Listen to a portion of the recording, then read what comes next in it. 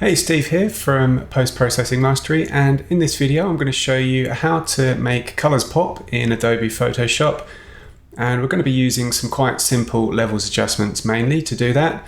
So we've got that to look forward to, but in the meantime, if you do like this video, then remember to give it a thumbs up just to let me know, and also if you're not subscribed to my channel yet, then just hit that subscribe button and you'll be notified each time I publish a new video. So with that said, let's head over to the screen. So this image that we're going to be working on today was sent in to me by John Wright. So thanks, John, for sending this in. It's a really beautiful image to process and create this video from. So for everyone else, John sent this in to me because he wanted to know how best to process this image because he was having trouble getting the detail and color of the sunset in the sky whilst not overexposing the detail in the rocks here in Uluru. I've got this open in Lightroom at the moment before I go into Photoshop because I just want to show all three exposures that John sent in to me. So he's bracketed, so we've got a dark exposure here, a bright exposure, and a middle exposure. Now I'm only going to use the one exposure here because I think even though there's quite a bit of dynamic range in the shot, we can see that the histogram, if we look in the top right corner in Lightroom here, we can see the histogram is pretty much all well within the bounds of the black point, so 0 and 255, which is the white point. The only little bit here is we've got some shadows, like if I click on this show shadow clipping toggle here, we can see a couple of little blue areas which tell us these shadows are slightly underexposed. So before we go into Photoshop, we can maybe just lift the blacks here a little bit. And as we do that, you can see the histogram shifts. So really, with the histogram looking this good in one image, there's no real need for those bracketed exposures. So it's always good to have them because you don't necessarily know at the time that you're shooting that your middle exposure is going to be so well exposed. So by all means keep shooting bracketed, and then you've got them as a backup if you need them. But this time I'm just going to take this one exposure here and just load it into Photoshop now. So I'll just do that, and then I'll come back in just a minute when it's loaded. Okay, so here we are back in Photoshop. Now again, because John uses the luminosity masking panel, I'm just going to run through this walkthrough using the panel to help me. As mentioned in many of these previous processing subscriber images videos, the panel is really a tool to help do a lot of the manual stuff in Photoshop that takes a long time. The panel helps make that all quicker. For example, luminosity masking is the big one really. And it sort of condenses it down into a few buttons that we can use to create the selections we need. There's nothing happening in the panel here for those of you who don't use it. There's nothing here that can't be done in Photoshop without using the panel. The thing is, you just have to basically spend the time to learn luminosity masking from the ground up so that you can go into the channels panel and create those channels yourself rather than just using the buttons here, which is going to shortcut that whole process for those of you who do have the panel. If you haven't got the panel and you want to get it, then there'll be a link in the description below this video, obviously. So now I have had a little play around with this image before I opened it up, or before I started recording the video, and it's actually really nice. It works really well and responds really well with some contrast adjustments. So what I'm going to do is just run through a few contrast adjustments using the shortcut here, the levels 1 button under the light section in the panel. And that already, you can see that's just made the image pop heaps. So we've added that nice bit of contrast in there, and the colors of Uluru are already starting to come through just with that one adjustment. But what we can do is just double click this levels adjustment and open up and just adjust it further so we can push things a little bit further than what this first default contrast adjustment has done. So let's concentrate on the rock for this first adjustment. So just going to tweak these sliders here to really make that color stand out and the detail really pop. Now, because I am clipping the histogram here with this control point, I'm just going to hold on the keyboard Alt, or that would be on a PC, or Option on a Mac. And I'll click and drag this up and down so that we can just make sure that I'm not clipping any detail in the rock itself. So we can see here, anywhere where there's some pixelation, those areas are overexposed now, and the colors correspond to the color channel that's overexposed. But here I think we're quite safe. The main subject of the image isn't suffering from any clipping, so I think we're safe here. So what I can do now is, well, I can either invert this mask and then brush the adjustment back in, or we can brush it out of the areas we don't want to see this adjustment. I think I'll invert it first and then brush it in, because personally I find it more practical to basically do as little brushing as possible. So, you know, this subject here that we want to brush in is relatively small. So I'll just, on a 50% opacity white brush, just start brushing in here and in the foreground, and then I'm going to grab a luminosity mask just to help me tidy up around the edge of Uluru there. So I'll just go over the edges for now, creating a bit of a halo, which obviously is not desirable. So let me just create a luminosity mask to... Actually, do you know what? I think because that edge is quite sort of straight and easy for Photoshop to pick up, I'm just going to use the quick selection tool. That might even work. Okay. All right, so basically I'm just selecting the sky, and yeah, that's doing a pretty good job of selecting around the edge of Uluru there. So now I can just switch to a black brush and basically just undo that haloing that I just created.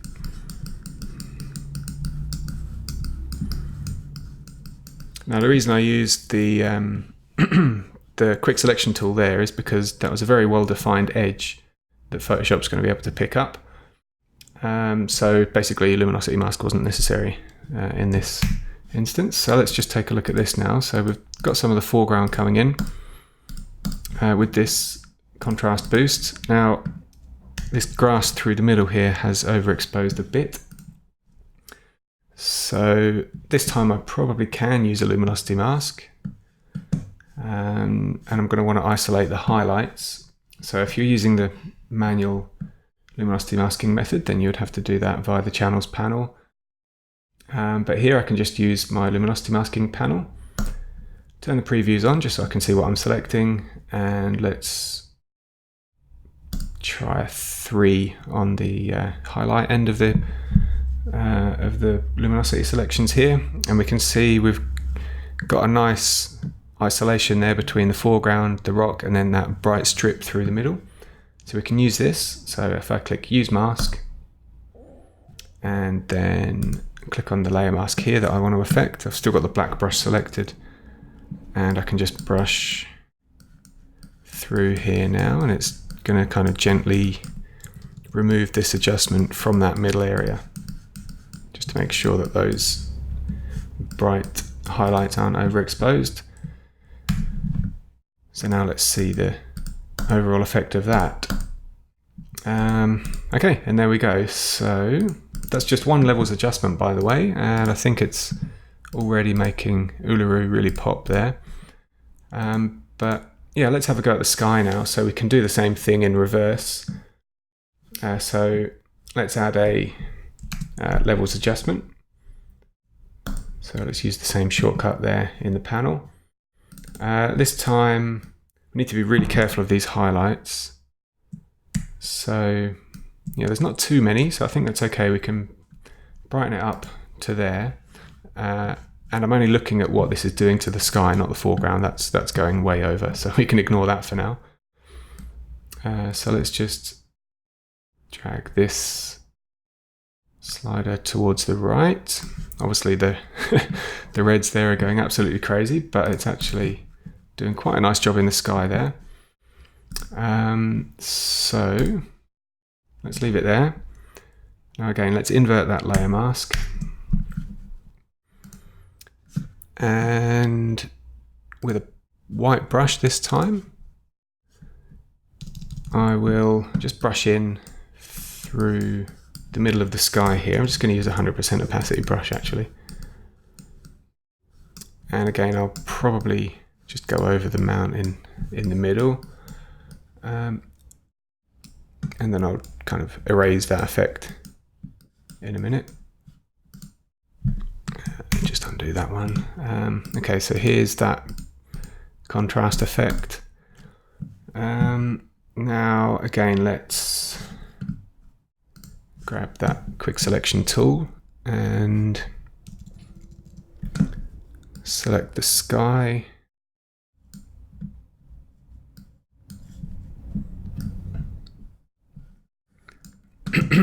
And now, because I want to select the inverse of that, I can just press, well, actually on the menu here, go select inverse, and now so that's selected the foreground.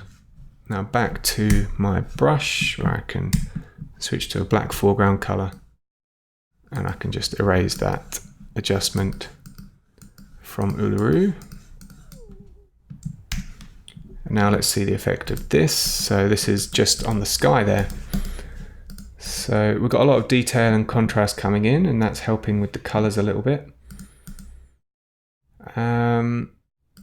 So what we might do next, just to help those colors really come through, those sunset colors, let's see if we can add a curves adjustment and just tweak the red channel a little bit, just to boost those reds.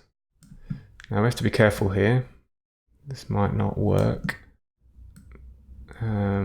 It can go, yeah, those colors can go a bit funny pretty quickly. Let me just undo that.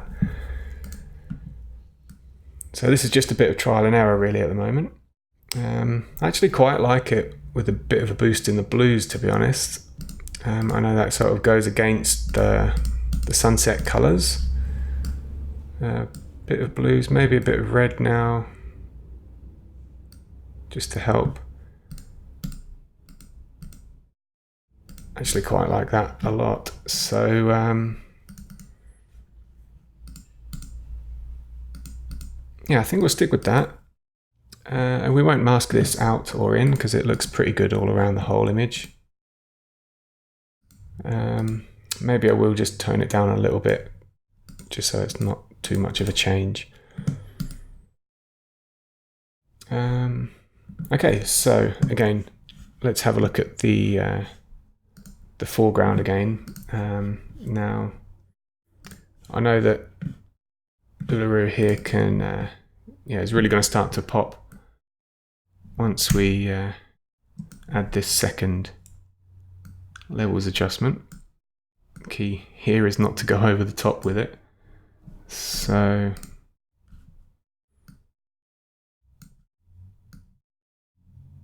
yeah, I think I wouldn't really want to go much more than this. So let's invert that. Now what we can do, we can kind of recycle that same luminosity mask or the same layer mask that I created for the levels 1 adjustment. So let's have a look at that. If I just click on the mask and press show mask here in the panel, we can see the layer mask. Now what we can actually do is just copy that, come up to the levels 1 adjustment that I've just created and press paste. And so what we've done is essentially copy and paste that mask from levels 1 to levels 1 up here. And now we can see that effect has now been restricted to just Uluru and a little bit of the foreground, same as that first levels 1 adjustment. Now with that going on, we can maybe just tweak this a little bit more. yeah, don't want to go too far. It's really, really sensitive, those reds, to these contrast adjustments, so it doesn't take a lot to really make that pop. Okay, so one thing that I might try now, this might not work, but let's open the color section of the luminosity masking panel, and we've got a warming filter here that I've just created. So I'll hit that, and let's see if we can brush this into the sky a little bit. Might be a bit too warm, especially if I brush it in with 100% opacity brush. Yeah, that's not looking great, but what I can do is just pull that back a little bit on the opacity of this warming filter layer. And here we can see basically what this is for anyone who's not got the panel. It's created a solid color layer and then put it into overlay blend mode. And yeah, that's pretty much it. And then we've just put it in a group, a layer group, so that we can then mask this whole effect in or out. So I think that's quite a nice subtle warming filter there. Maybe around 25% would do us. And then something else that I like to do is use, where is it? In here, no, not in finishes. In effects, the contrast vignette. So this is going to create a curves adjustment that basically darkens the image and just boosts, well, it pushes this black point up a little bit. And what I can do now is take a white brush, and I'm just going to start brushing away the corners. Again, probably a bit more subtle than 100% opacity on the brush. And I'm just going to create basically a manual vignette, which just means that I'm just brushing in around the corners and around the top to create that same sort of effect that a vignette would give us. But I'm sort of being subtle with it myself and just painting it exactly where I want it. And just to bring a bit more attention to the center of the image here, let me just add a lightening curve. Let's invert the mask on that, and now I can just brush through here. Actually, that's way too much. Okay, so let me just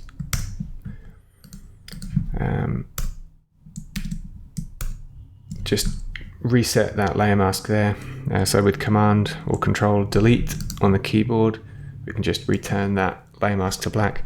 Yeah, so I just want to be careful that I'm not brushing into Uluru here with this. So just bringing a bit of attention to this little bit of grass in the foreground. It's got a bit of light on it already. Maybe over here as well. Okay, let's have a quick look how far we've come. So this was the original image, and yeah, you can basically see that it's quite a low contrast image. I mean, compared to the end result that we just established, yeah, it looks quite low contrast now. The colors are still quite daytimey. There's a hint of color in the cloud, but now with these adjustments, we've kind of really tried to emphasize that sunset time of day. So, you know, we've got a bit of color in the cloud here, a bit of warmth, but it's not overboard. And we've got the beautiful late afternoon sun just on Uluru there, really making it stand out. So again, here's a before and here's an after. It works quite well. Yeah, before we sign this off, I might just try another couple of things. So auto effect is something that I like to usually just give it a go and see what it does, because it'll add a bit of saturation to the colors and just make a bit more, yeah, it sort of softens everything up quite nicely. Now I've got a button for that in the effects panel, in the effects section of the luminosity masking panel. And I'm pretty sure I've got a video on YouTube, if you just check my channel out, on how to create that manually without the panel. Now what I'll do is just invert the layer mask, and that's going to apply the effect at full power. But yeah, we want to really reduce this. Yeah, probably around about 15%, if anything. So just a nice subtle effect there. Now let me just go back to this warming filter. I'm not quite sure now we've come to the end. I'm not quite sure that I like how sort of warm it's made those clouds at the top. I think in hindsight, I'm just gonna scrap that warming filter layer. But that's, I guess, personal preference. And there we go. I think we could continue on with processing this image, and we could do some dodging and burning and trying to pull a bit more color and detail out of the sky here as well. But I think the main lesson of this specific video is, and to answer John's original question, which was about how to bring out the best in the sky without overdoing everything in the foreground.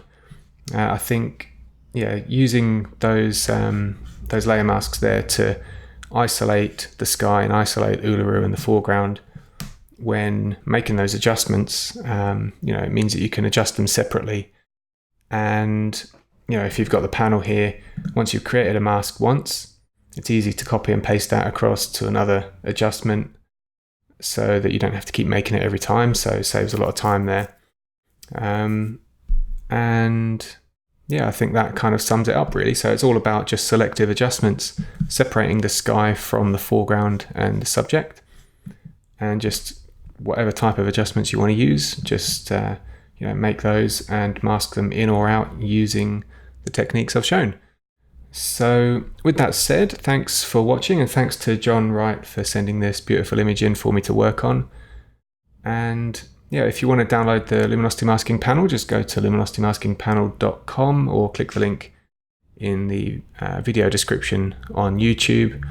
And remember, if you like this video, then give it a thumbs up just to let me know so I can keep on making more. And also, if you haven't already, then make sure you subscribe to my channel. All right, with that said, thanks for watching, and I'll see you next time.